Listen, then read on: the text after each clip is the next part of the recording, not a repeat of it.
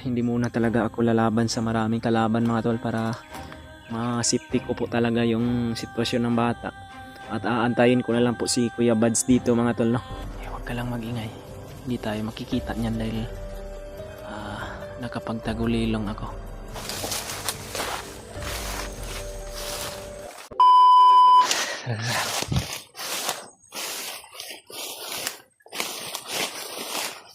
Magtago muna tayo.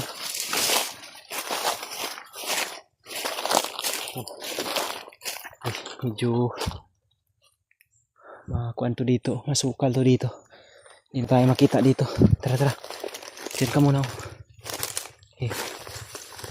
Diyan, umupo ka muna dyan. Diyan lang. Dito, sandig ka sa kuan, kahoy. Dito ba? Diyan sa kahoy. Ano, upo ka. Huwag kang mag-ingay ha. Yan, marami yung naghahabol sa atin. Ano, yung mga boses ng kuan nila oh.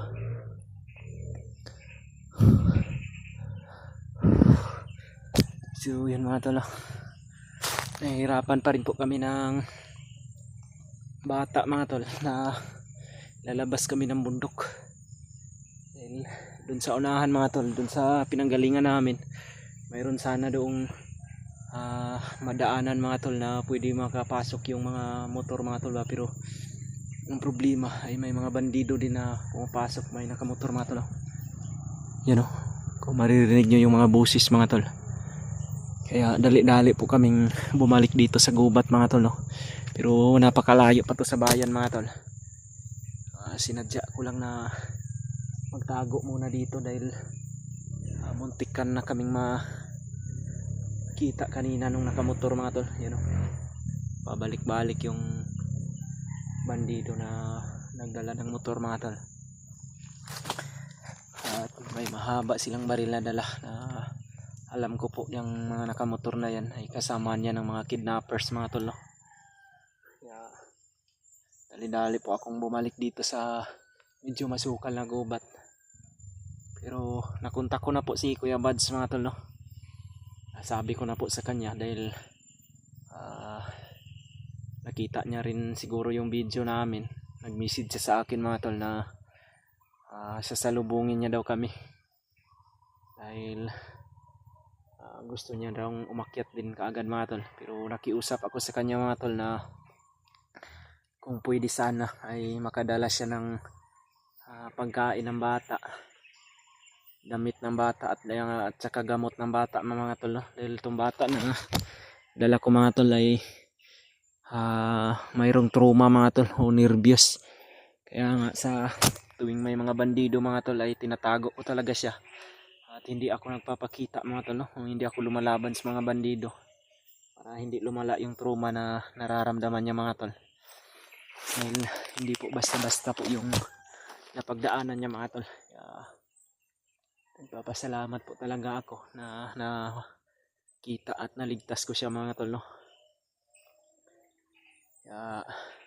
Sana po mga tol makaakyat agad si Kuya Buds mga tol, kung sakaling makaakyat siya agad at makadala siya ng pagkain namin. Dahil wala na talaga kaming pagkain mga tol. Ito nga bata kanina mga tol ay pinakain ko lang ito ng papaya mga tol, no? Yung papaya pa na kinainan pa ng ibon, yung sobra ay binigay ko sa kanya. At ako naman po ay nagtiis lang din ako sa gutom mga tol.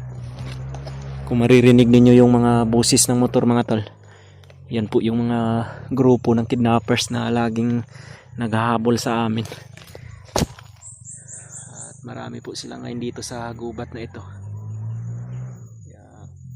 Ang ginagawa ko lang talaga mga tol ay yan o, tarantado talaga itong mga hayop na to. Hindi kami tinatantanan na gusto talaga nila mga tol na mahuli kami. Lalong lalo na daw ako na ako daw yung naging sagabal sa mga plano nila mga tol. Pero gusto ko man sanang tanungin tong bata na to mga tol kung mayroon pa ba siyang mga ibang kasamahan, pero ayaw talagang sumagot mga tol, na parang walang imik na iiyak po talaga siya mga tol kung pipilitin ko na pagsalitain. Kaya naawa talaga ko sa sitwasyon na mga tol. Sana po ay makadala po ng gamot si Kuya Buds. Dahil sinabi ko sa kanya yung gamot ng pang nervyos mga tol ba, pang pawala ng nervyos. At pinadala ko na rin yung sinabi ko sa kanya na damit ng bata at saka yung gamot mga tol at pagkain. Sana po ay makaakyat agad si Kuya Buds mga tol. Kung sakali mang makaakyat siya mga tol ay sana po message nyo po ako mga tol para malaman ko din po. O di kaya i-share nyo lang din po itong video na to mga tol. No? Kung sakaling makita nyo po ito, ipakishare na lang po sa mga kasamahan ko mga tol.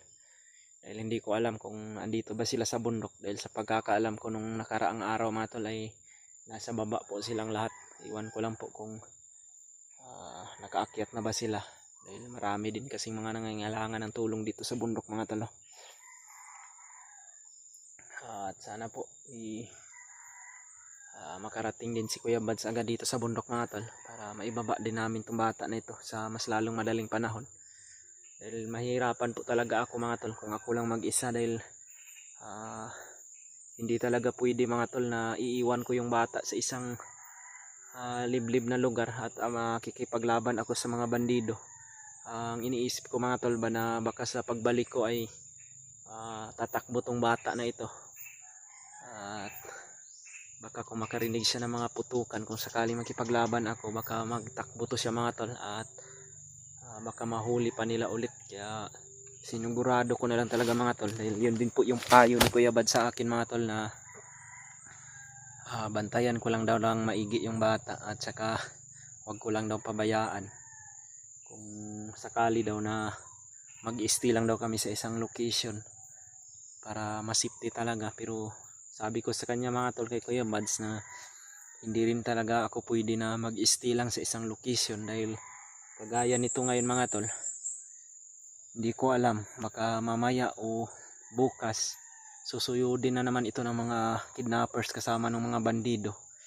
Di mahuli din kami mga tol. Kaya kailangan niya din malaman mga tol na palipat-lipat ako ng location. Pero bawat ng location na pinupuntahan ko mga tol ay lagi ko pong sinisend sa kanya. Kaya minsan talaga mga tol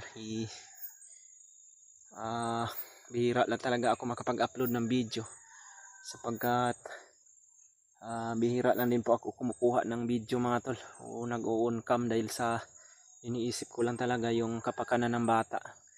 At ngayon mga tol medyo hindi masyado wala masyadong kalaban dito, kaya nag-video ako mga tol para malaman din ni Kuya Buds kung ano po yung sitwasyon ko at yung mga kasamahan ko. Pakishare na lang din to mga tol. Kaya kailangan ko talaga ng tulong nila mga tol. Kaya ang sa akin lang ngayon mga tol ay ang iniisip ko lang talaga ang kapakanan ng bata, yung kaligtasan niya. Gusto ko man sana na makababa kami agad pero marami talagang mga kalaban na nakaabang sa bawat sulok ng gubat mga tol. Kaninang mga tol marami kaming mga nadaanan na kalaban. Buti na lang talaga ay itong bata na ito ay hindi talaga sumisigaw o pag sinabi kong huwag siyang maingay ayaw niya talagang maingay mga tol. At nung nakapas lang ako ng bandido mga tol, kinuha ko yung jacket ng bandido para ipasuot ko sa kanya. Dahil meron din kasing supporter na nag-message sa akin na sinabi nila sa akin mga tol na papalitan ko daw yung damit ng bata. Dahil yung nakaraan mga tol ay decolor po yung damit niya. Pero suot niya naman din po yung decolor niyang dati niyang damit mga tol. Pero sinapawan ko po ng jacket mga tol para hindi masyado makita ng mga bandido. Dahil sinasali ko na lang din po siya sa tagulilong ko mga tol kung sakaling marami talaga yung kalaban. Sa akin lang talaga ay hindi muna talaga ako lalaban sa maraming kalaban mga tol para ma-safety ko po talaga yung sitwasyon ng bata. At aantayin ko na lang po si Kuya Buds dito mga tol na makarating siya sa location na ito kung sakaling aakyat din siya agad. Dahil papunta na daw siya dito mga tol. Iwan ko lang po kung ngayong araw ba ito siya aakyat o bukas pa ba. Dahil maghahanda pa din yun siya ng mga pagkain namin mga tol. At gamot ng bata. Dahil hindi rin natin makakuan mga tol na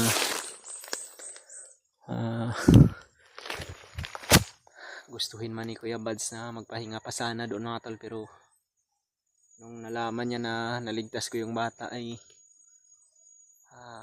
magpapaalam daw muna siya sa kanyang pamilya doon at aakyat din siya agad. Papasalamat din po ako sa kanya dahil sa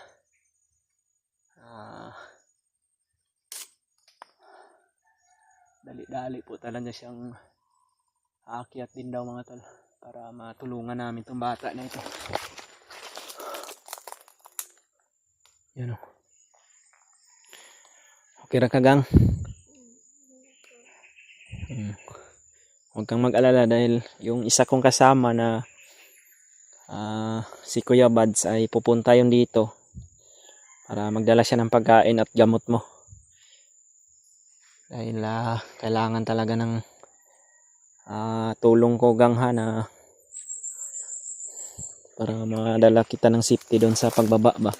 Dahil kung ako lang mag-isa parang mahirapan talaga ako dahil sa baka tatakbo ka lang ba kung sakaling makarinig ka ng mga putukan.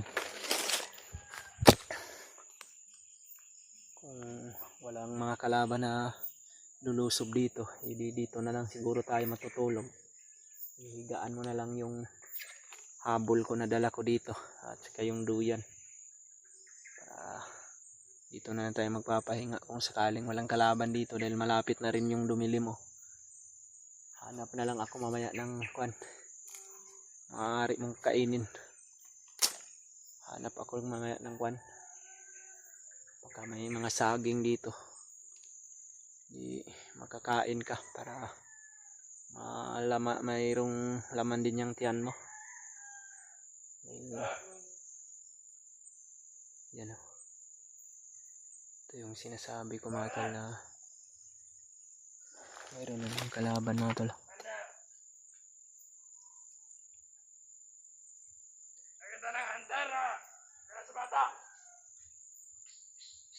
Kami talaga yung hinahanap niya mga tol. Wala talaga silang tigil na hinahanap ako kasama tong bata.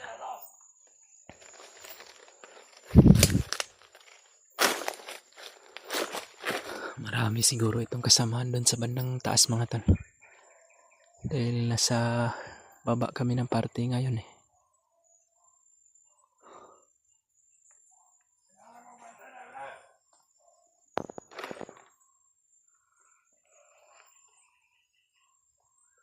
Yan mga tol. Huwag kang mag-iingay ha. Yan. Huwag kang mag-iingay.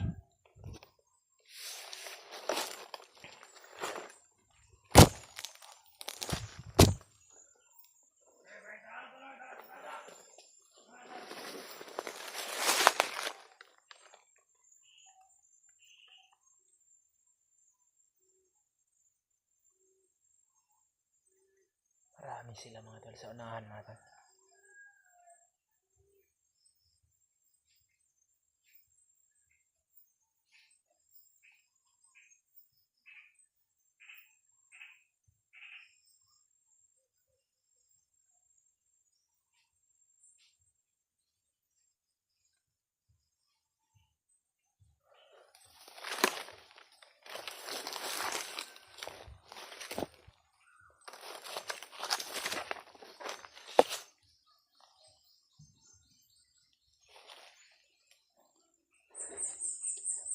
Kang mag-ingay ha.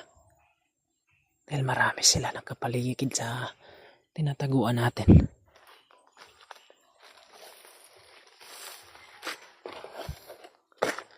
Yung isa mga tol ay umakyat doon sa bandang taas. At iba rin itong nasa gilid dito mga tol. Yan o. Parang pinapaikutan nila tong tinatambayan namin yan mga tol.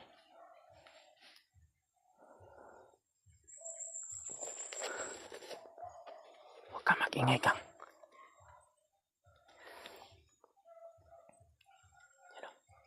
Parang May mga boses ng aso sa ibabaw.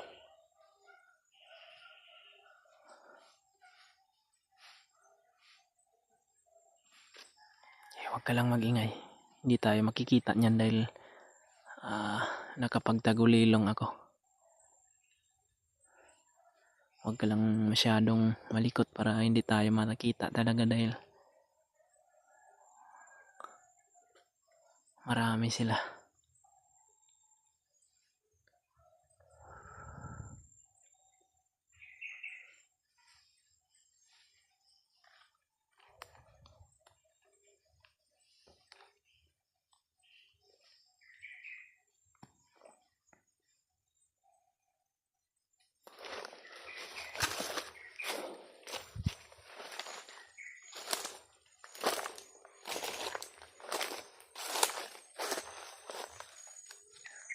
Medyo hindi pa madilim yung sakwan mga tol. Oh, halika dito. Halika. Yan o, malapit na sila. May aso silang dala. Pagli.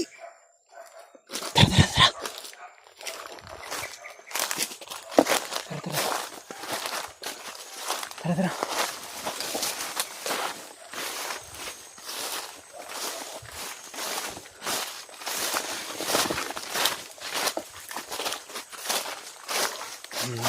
Tago ka muna dito sa puno.